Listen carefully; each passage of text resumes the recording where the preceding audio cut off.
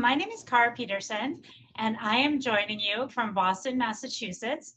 And I am here to talk to you about one very niche area of ethical use for AI, which is AI for access to justice. First of all, I wanted to say a really big thank you for the invitation to be here from the Mission Impact Academy. I love the work that you're doing.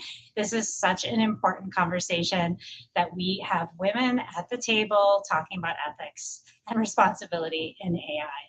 I will tell you a little bit about what we have done over at Describe.ai. We are a case in point for what you can do when you put ethics into your planning from the first steps.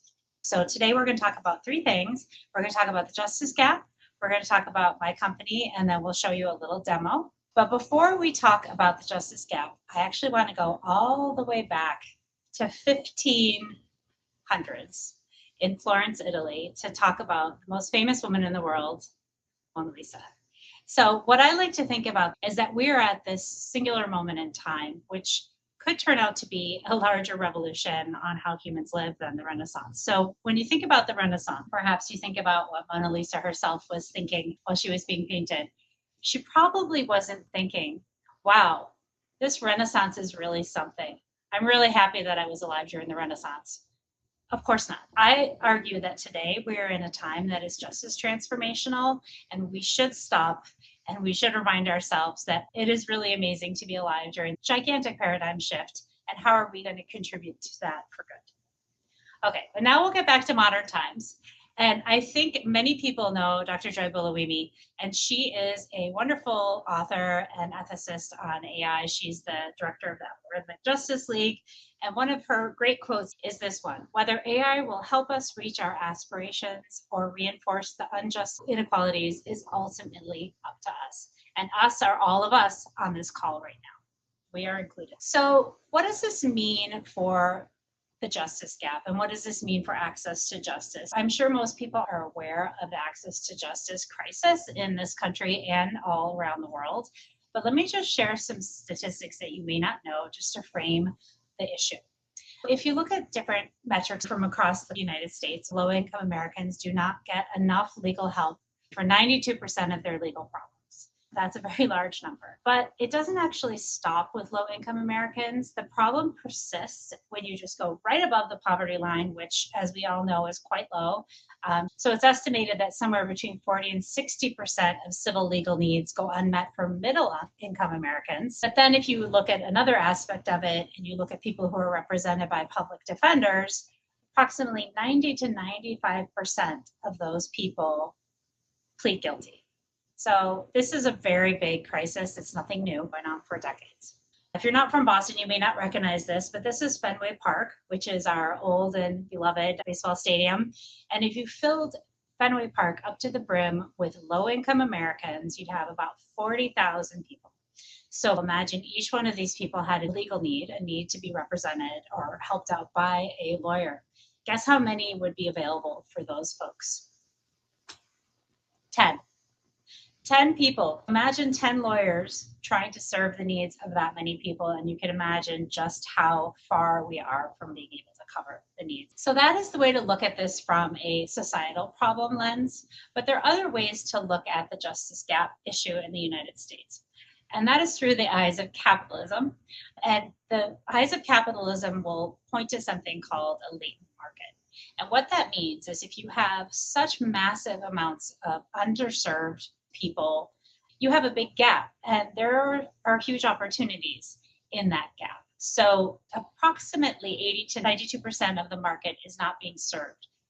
If you want to think about the value that can be built there, it is quite enormous. These are figures that places like Gartner puts out. Of course, they're projections, so we can't know if they're real or not until they actually come to pass.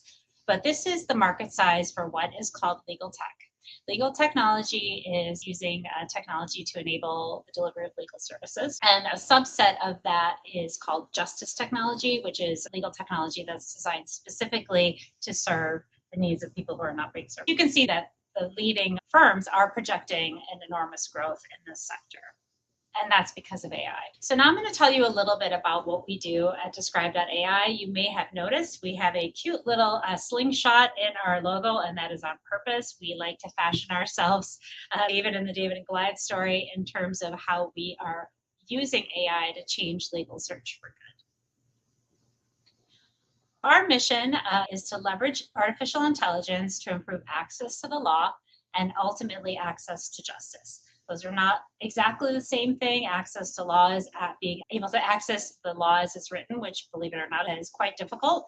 Access to justice is a little higher level fairness across society. So that is our mission. I'll tell you just very quickly a little bit about us. My name is Peterson, and that is my co-founder, Richard DeBona, who is also my husband. We also have some excellent strategic advisors, and what I can point out, these are all academics, and we are purposely bringing in legal scholars and legal academics because they will help us design the most ethically appropriate tool. So now I'm going to do a quick demo. What you're seeing here is our website. It's very straightforward, and our tool is completely free.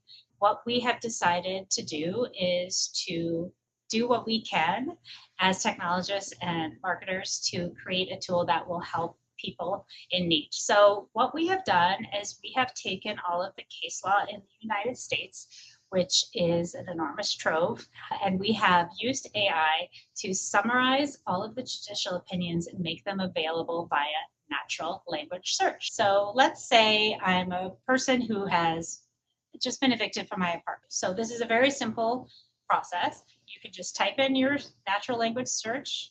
You can hit search, and what it'll do is it will surface case law that is applicable to your situation. We can further drill down. I'm in Massachusetts, so I am most interested in Massachusetts.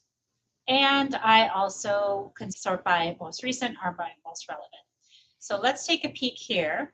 And this demo is going to be very fast, so you're more than welcome to play around with this yourself because it's free. You don't have to log in, you don't have to do anything, it's right there for you. We used AI to pull abstracts out for folks to be able to quickly glance through and see what the opinion is about.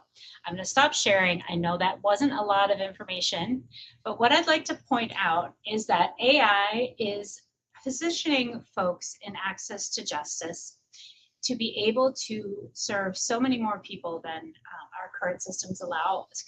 The average lawyer costs in the United States $400 per hour, and you can imagine how few people can access that. But the cost of legal services are so high because of the sheer human work and brain power that has to go into so much of this. So AI holds the promise to fundamentally change how our justice is delivered in this country. AI for legal services is an incredibly interesting space, and there are a lot of women in this space, and there's a lot of camaraderie between the women and a lot of help and coordination. So if you are interested in this space, please reach out to me on LinkedIn. I'm happy to tell you more about what I know. And also, I highly recommend an organization called the Justice Technology Association. It is a membership organization of people who are involved in this justice technology sector, and it is a fascinating space to be in. So if you're interested in learning more, please let me know. And again, AI is here to change things for the better for all of us if we decide to build tools that way from the start.